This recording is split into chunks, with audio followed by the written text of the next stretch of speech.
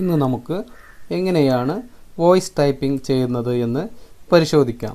Voice typing ചെയ്യുന്നതിനായി നിങ്ങൾ ചെയ്യേണ്ടത് നിങ്ങളുടെ കീബോർഡ് ലേഔട്ടിൻ്റെ മുകളിലുള്ള ഐക്കണുകളിൽ സെറ്റിംഗ്സ് ബട്ടണിൽ അമർത്തുക.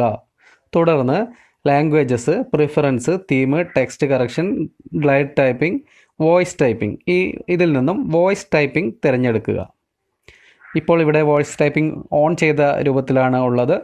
ഇത് ഓഫ് ആണെങ്കിൽ നിങ്ങൾ അത് ആദ്യം ഓൺ ചെയ്യേണ്ടതാണ്. ഇനി നമുക്ക് അത് ഓൺ ചെയ്തതിന് ശേഷം വോയിസ് ടൈപ്പിംഗ് ആരംഭിക്കാവുന്നതാണ്. ഞാനിവിടെ വോയിസ് ടൈപ്പിംഗ് ചെയ്യുന്നത് എങ്ങനെയെന്ന് കാണിക്കാം. അതിനായി നമ്മുടെ ഈ കീബോർഡ് ലേഔട്ടിൻ്റെ വലതുവശത്ത് കോർണറിൽ കാണുന്ന മൂലയിൽ കാണുന്ന ആ മൈക്കിൻ്റെ ചിഹ്നത്തിൽ നമ്മൾ വോയിസ് ടൈപ്പിംഗ് ചെയ്തു തുടങ്ങാവുന്നതാണ്.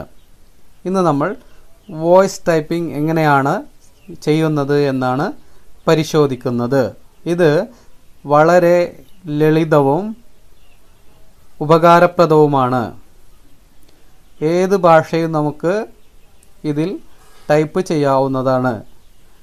ഞാൻ ഇവിടെ മലയാളമാണ് ടൈപ്പ് ചെയ്യുന്നത്. ഇനി നമുക്ക് ഭാഷ മാറ്റി നോക്കാവുന്നതാണ്. ഞാൻ ഈ ഗ്ലോബ് ചിഹ്നത്തിൽ ഒരു പ്രാവശ്യം അമർത്തുന്നു. ഇപ്പോൾ ഇംഗ്ലീഷ് ഭാഷയാണ് വന്നിരിക്കുന്നത്.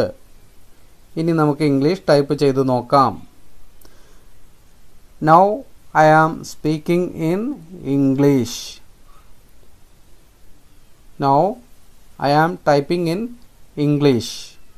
It is very easy method to use this voice typing system.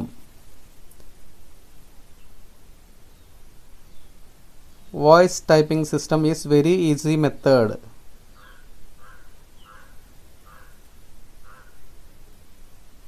इसके लिए for this you need network connection. For this you need strong network connection. Now I am changing the language. Now it is Urdu. Now it is Urdu. I am recording in Urdu. Now voice typing in Urdu. अब आप देखिए,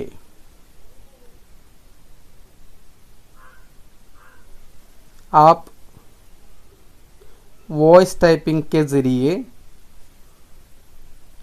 उर्दू में type कर सकते हैं. ये एक आसान तरीका है.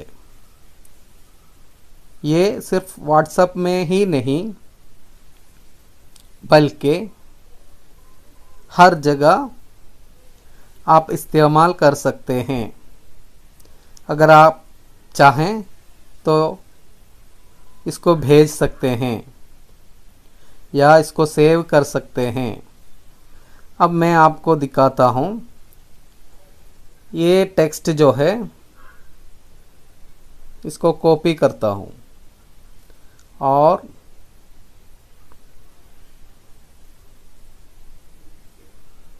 देखिए आप यहाँ से ഇപ്പോൾ നിങ്ങൾ ഉറുദുവിലും മലയാളത്തിലും ഇംഗ്ലീഷിലും ഇനി ഹിന്ദിയിലും വേണമെങ്കിൽ നമുക്ക് പരിശോധിക്കാവുന്നതാണ്. നമുക്ക് ഹിന്ദി ഭാഷയിലേക്ക് മാറ്റിയതിന് ശേഷം ഇപ്പോൾ ഇവിടെ ഹിന്ദി വന്നിട്ടുണ്ട്. ഹിന്ദി ടൈപ്പ് ചെയ്ത് നോക്കാം.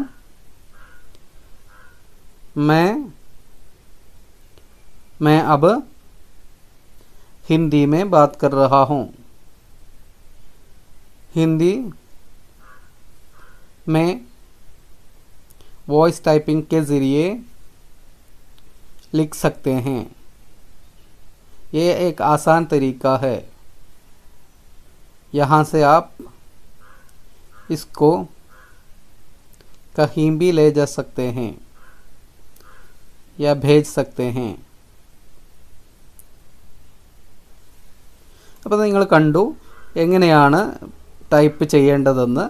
ഇനി നമുക്ക് ഈ ടൈപ്പ് ചെയ്ത കാര്യത്തെ നമുക്ക് കോപ്പി ചെയ്തുകൊണ്ട് ഇത് സെലക്ട് ആൾ കൊടുത്തു. ഞാൻ ഇപ്പോൾ ഇത് 3 ഭാഷയും 4 ഭാഷയുണ്ട് ഇതിൽ. ഇതിന് ഞാൻ സെലക്ട് ആൾ കൊടുത്ത് കോപ്പി ചെയ്യുന്നു. ഈ ഫയലിനെ വേണമെങ്കിൽ എനിക്ക് എവിടേക്ക് വേണമെങ്കിലും കൊണ്ടുപോകാം. ഞാനിവിടെ ഇപ്പോൾ നിങ്ങൾ കണ്ടോ ഞാനിവിടെ നോട്ട്സ് എന്ന എൻ്റെ ഫോണിലുള്ള മറ്റൊരു ആപ്ലിക്കേഷൻ തുറന്നു, അതിലേക്ക് ഇതിനെ പേസ്റ്റ് ചെയ്തു. ഇനി നമുക്ക് ഇവിടെ വെച്ചിട്ട് ഇതിലാവശ്യമായ എഡിറ്റിങ്ങുകളൊക്കെ വരുത്തി നമുക്ക് തയ്യാറാക്കാവുന്നതാണ്.